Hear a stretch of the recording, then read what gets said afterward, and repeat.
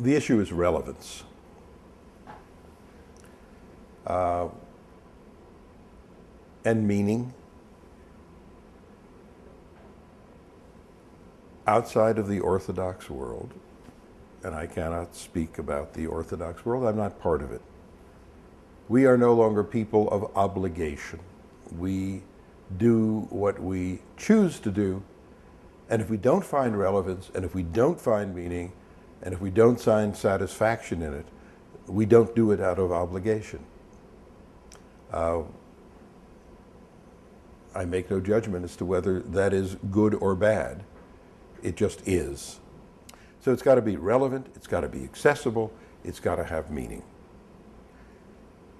Those things don't work in the same way for everybody. What I find relevant is not going to work for some 25-year-old.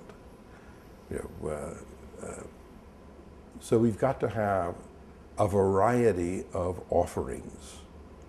Judaism has to be accessible in many different ways. And so I think the first thing is to recognize that the old models don't work.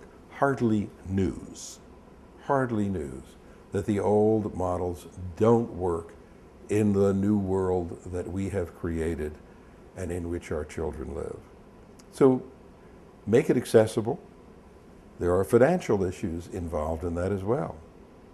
The cost of day school, the cost of synagogue dues, the cost of living in a particular neighborhood are all difficult things. I have no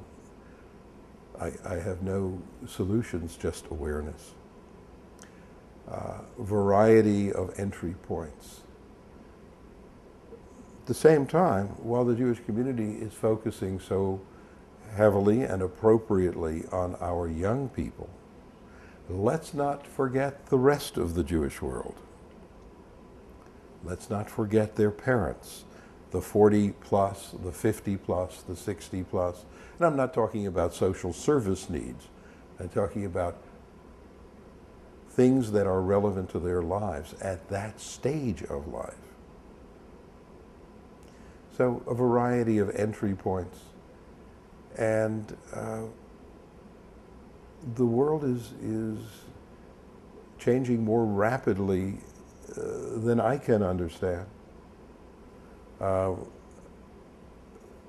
don't know what's coming next, but I do know it doesn't look like what's been for most of us.